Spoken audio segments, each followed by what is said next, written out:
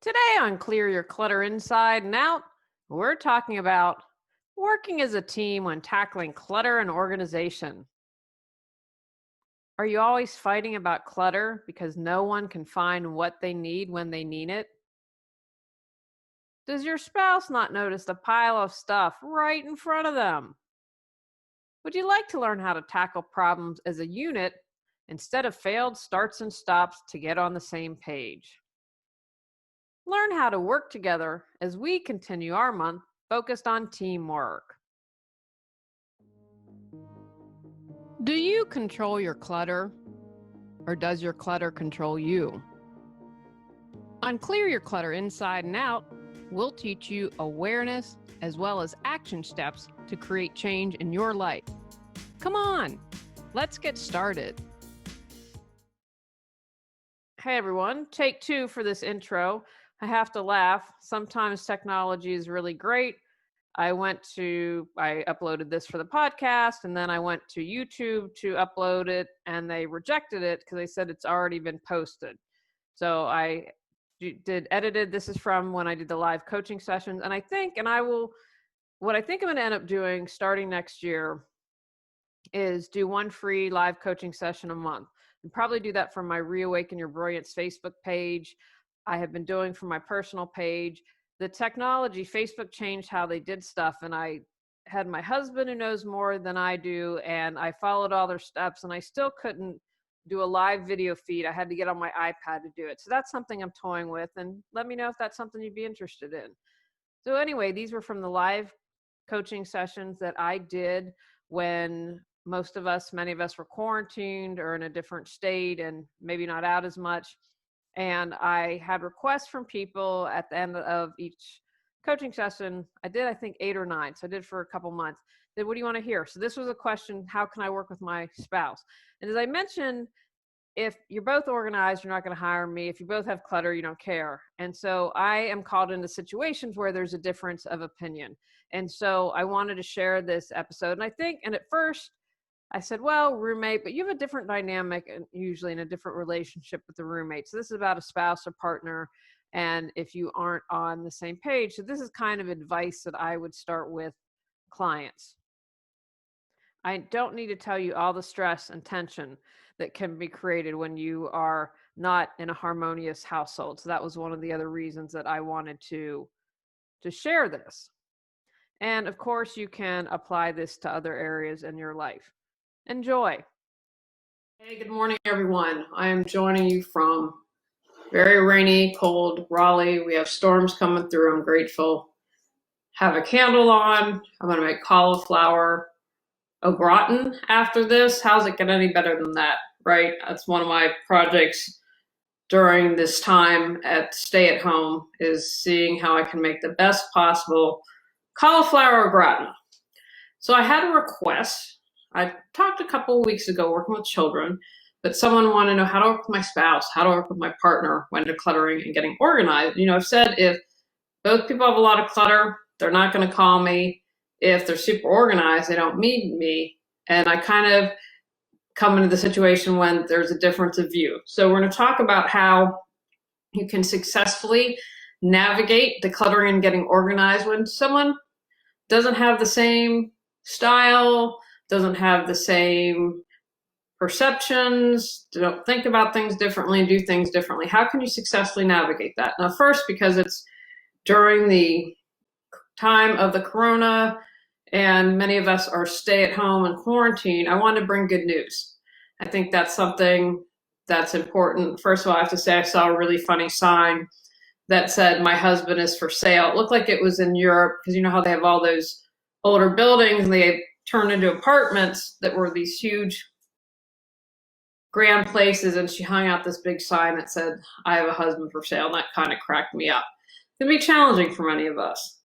So here, first, let's start off with some good news. So I read that the BBC, I love the BBC. I mean, if I was in England, I'd say BBC all the time, and just with that great British accent. They have experts, famous experts, who've been delivering online courses to the school kids over there. I mean, how excellent is this? They had another young man, a spry 99-year-old and World War II vet, who raised 18 million pounds for the NHS, which is England's health system. And he did this by having a walker, and he did 100 laps around his garden, which I think is awesome. You're 99 years old and you're in great physical shape and you're doing something wonderful. His goal was originally 18,000 pounds, and again, 18 million. So how awesome is that? You can see, they say, the Himalaya mountains for the first time in years. And again, Mother Nature rebalancing, getting back into shape, cleansing herself. So I think that that's something that's really phenomenal. Now, I just saw this right before I came on. Oh, and Lady Gaga. Let's talk about what a great concert she did, and raising money to help fight the corona pandemic. Put this together. I didn't watch it. Looks like it was great. She had a lot of good people there, especially if you're a music person. I'm sure that you enjoyed that. So that was just some of the good news. And I want to, as I talk every episode of the Corona Files, what can you do to make a difference? And one of the reasons why I say this is because, one, it can get you into a moment of gratitude. If you are really stuck right now, if you're watching this, whether it's on Facebook Live, whether it's listening from the podcast, whether you're watching on YouTube, you probably have a lot to be grateful for because you have access. There are people who don't have access to a computer in this world. There are people who don't have access to safe housing, don't have access to clean drinking water. And I share this because if you can do something or look for something and you see the gratitude, because I think so many people are grateful, you see just thank yous everywhere. And it gets you out of, if you're really bummed out, you're feeling like you're stuck, taking action helps you move forward. Doing something for another human being, I believe, always supports you. I've always said that when I do something kind for someone, I feel the majority of the time like they got the short end of the stick because it felt so good to give. It felt so good to make a difference. So I'm going to encourage you. What can you do? And last week I talked about there are several things that don't cost money that you can do. And I talked about focusing on a business, but you can call your neighbor, check in and see how they're doing. If you are in good health and able to go to the grocery store and have a mask, then you can make a run for someone and allow them to stay at home. If someone is not feeling well, can you take their pet for a walk? There are always options. And I also share this with you because it's good to, I encourage you to seek all the good that's going on in your community. And it's very important, I believe, I'm going to talk about this next week, but increasing your awareness about yourself. I was like, oh, I want to read this. And so it was a financial money column about, how you should spend your money. And one of the things we did with the money that we got was we hired a young couple to do some yard work for us. They had just started a business and lost it. And I thought, my husband had said to me, well, I would do something. I wouldn't hire someone to do something that we can do. And I said, yeah, but you know what? They're looking for work. They lost their jobs. They need to have something coming in. They have a baby on the way. So we have the means to do this. We can use the money that we received, and it's not going to completely get them out of a really difficult situation, but it's going to help. And I feel that that's important for us to give back. And so I'm reading this money column, and the person, I just couldn't believe it. I mean, talk about complete lack of self-awareness. He complained because he and his wife made $155,000 in 2018, and he felt, and so then they made $195,000 as a team in 2019, and he feels that they are being punished because they did their taxes early. He would have gotten more money back.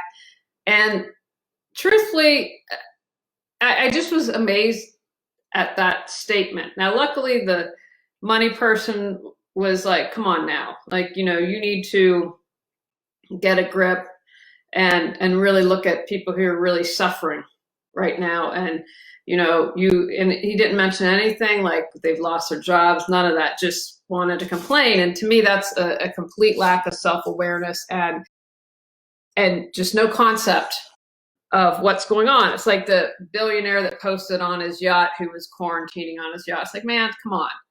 So I encourage you to increase your awareness wherever you can. Today we're going to focus on working together. So here are some of my tips. The first tip that I have for you is put the past in the past. A lot of times I've seen with couples, and ladies, I have to say, we this tends to be more than us. I've seen most times men, stuff happens and they let it go. Put the past in the past. What I mean by that, if your husband hasn't organized, your partner hasn't organized for years, they have a stack of magazines by the bed that they've had for years, that's in the past. Okay, so leave that there. Don't come to a team meeting, and remember there's no I in team, and consider yourself a team, right? You want to support each other. You're here to have a common goal, to support one another and declutter and get organized.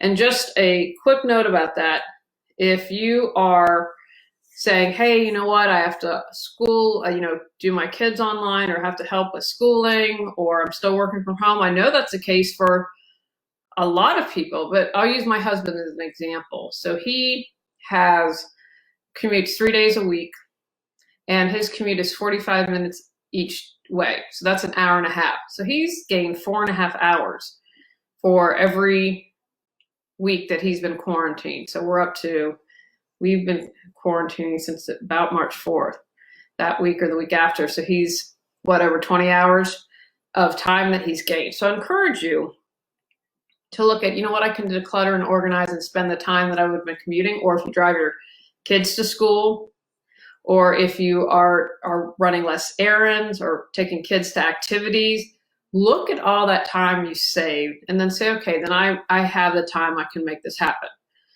So again, put the past in the past. Whatever's happened, start with a fresh, clean slate. And you can address any problems that come up. Again, you want to find a solution. I'd also encourage you, look at other projects that you've done together and how have you successfully navigated those.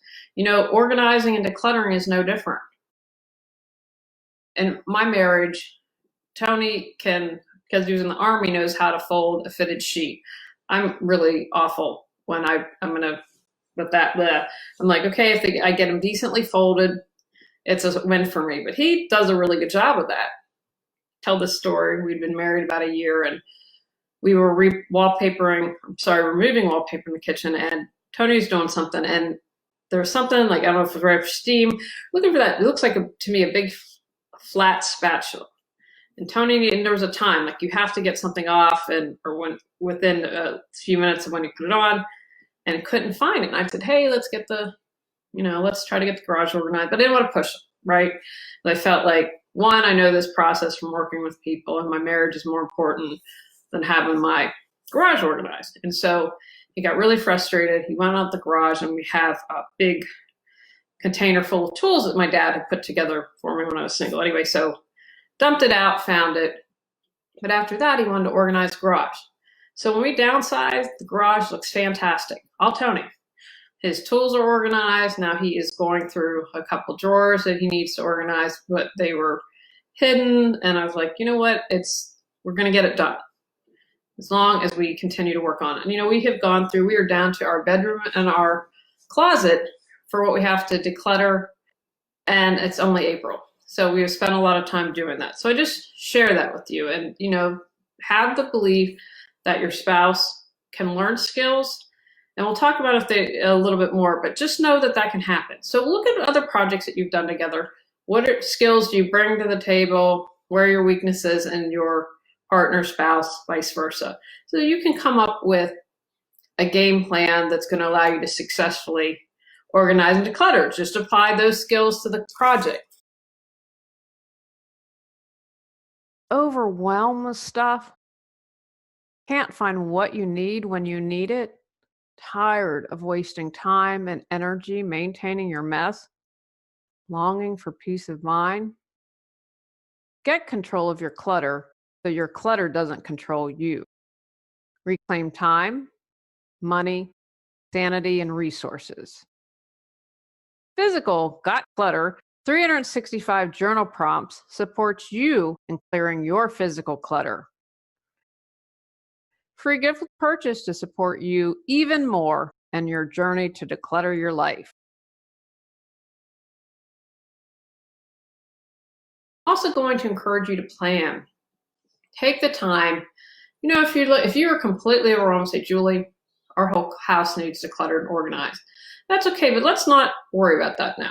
So let's look around and say, is there something urgent going on? Like, we're going to have shelves installed in the garage in 2 months. Okay, then maybe doing the garage is a priority.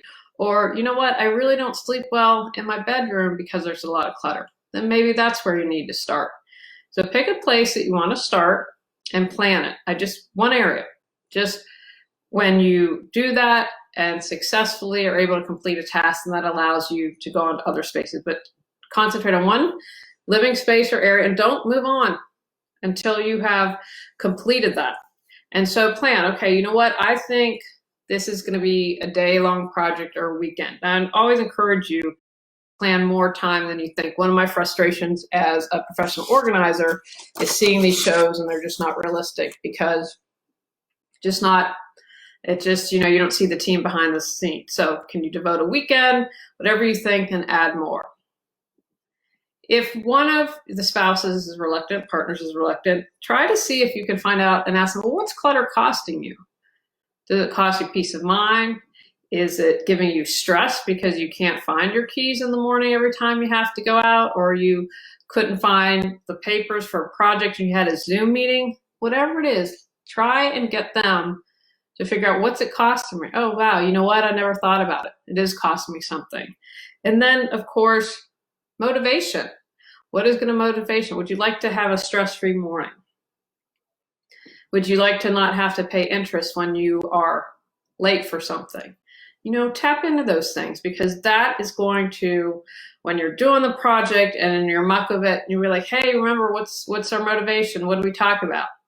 And get everyone involved. If you have, depending on the project, and again, depending on the ages of the kids, teenagers for sure, they can support you in decluttering and organizing the garage. And again, I think that's so important, because if we teach kids these skills, then they don't turn into adults that have challenges as they get older. You can say, well, I never had to let go of anything as a child. Well, you get set in your ways. It's more of a challenge as an adult. So get everyone possible involved. And again, depending on the project, if spouses probably don't need the kids to be involved in decluttering the bedroom.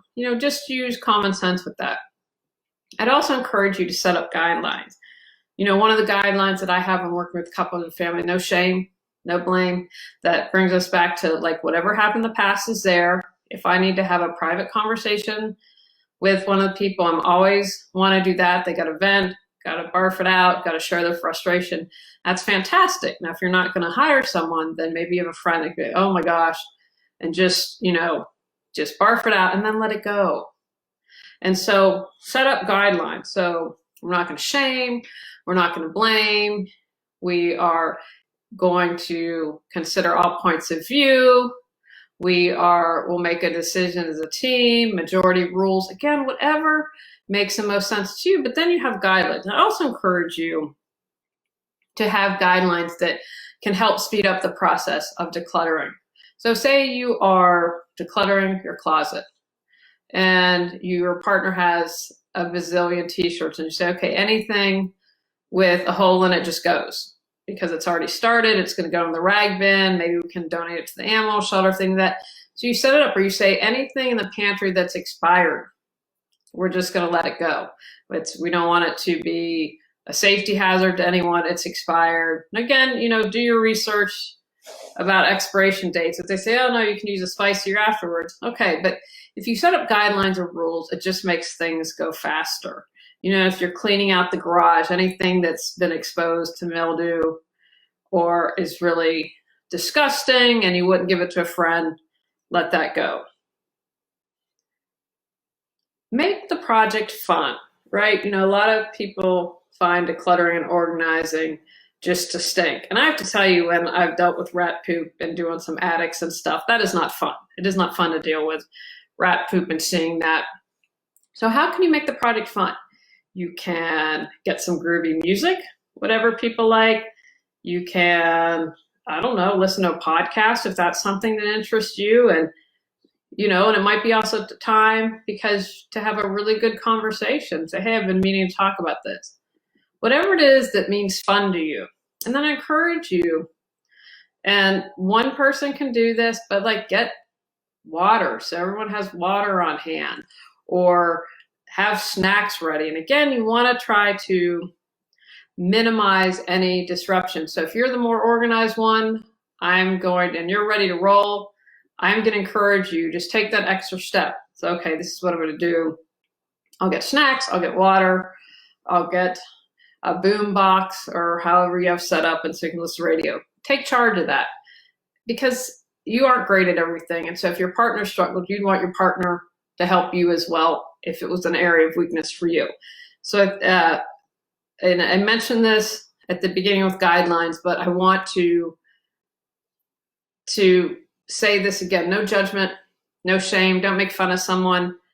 We all have our reasons. We're human beings. We all have our challenges. So I see that a lot. I've seen that with other professionals. I've had people hire me that said, you know what, I've been shamed before. And one client tell me, she's really proud of her. She's had someone come, and it was like, I just work on my own, but it was a business, and they sent out someone, and she called and said, don't ever have that person come back to my house again, which I thought was great because they were able to set a boundary. So no shame, no blame. If you're really struggling, you might need to hire someone. Now, I know I'm not working with clients, I'm working virtually, but if it's something right now where you can't, you just maybe need to table it until you can hire someone. If you are that far apart, then have someone else that can step in and be neutral. Then I want you to think about, how can you reward yourself, especially if you're doing, the garage or the attic where you can get just all gross and nasty. How can you reward yourself after? Maybe you get cleaned up and go on a nice dinner date. Maybe you schedule a couple's massage the next weekend. Maybe you have a family outing to the zoo, depending on who's involved. Have some type of reward. I think that's really important. And, again, I think just in general, scheduling things like that are really important. And, right now you can't go, but then say, okay, what is the activity as a family we want to do afterwards? Or what is an activity as a couple that we'd like to do once we spend all this time decluttering and getting organized?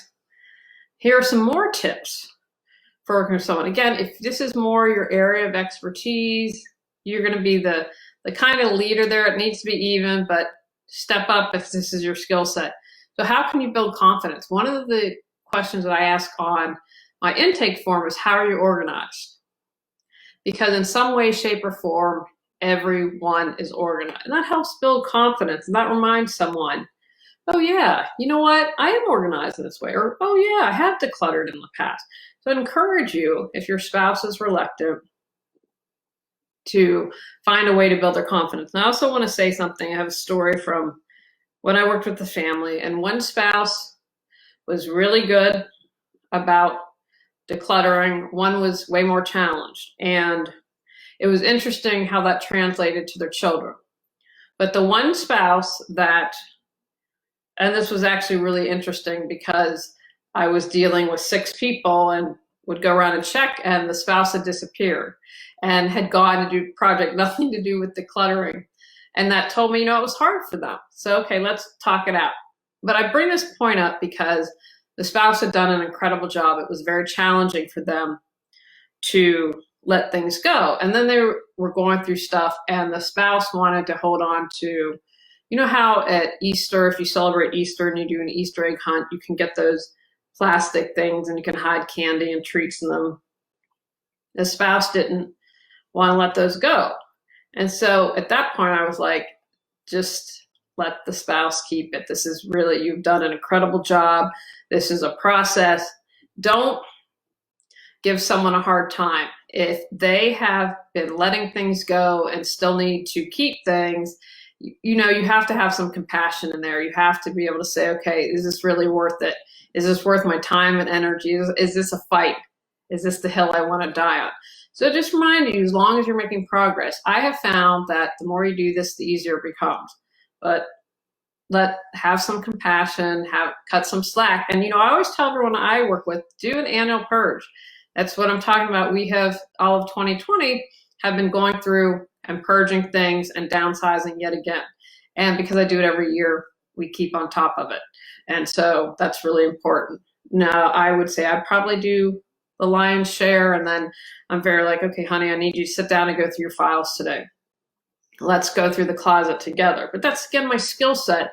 And so I'm happy to be in charge of that. If you're working with a family, I'd mentioned earlier, setting up guidelines, I would give the personal space, like say if you have a teenager, cut them some slack, let them kind of create their own rules, guidelines. Now, again, if you work with them, say, okay, laundry's got to, if you want your clothes on the floor, then once a week you have to pick them up.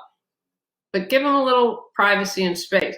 Now, in common areas where you all are hanging out, like the kitchen, the TV room, come up with guidelines together. Like, can we all agree that we don't want dirty clothes thrown on the living room floor? And if you take your sweatshirt off, you take it to your room or you hang it up or whatever it is. Come up with common guidelines that you all can abide by, because different people are going to be spending time there. And let's see what else I have. Talked about building confidence, no judgment and shame. And then in addition, I would pay attention during this. What have you learned from this experience when organizing and decluttering? What have you learned about yourself, your spouse, your family? And then how can you take what you've learned and move forward with that? How can you apply it to different projects? For instance, you may learn, wow, we estimated 4 hours for this project and it actually took 8. And boy, I did not like that. I did not like having a cushion. So I know for the next project we do, whatever it is, I'm going to double, maybe even triple my time. And so I don't feel like I have failed, or I don't feel like this pressure to get it done in time.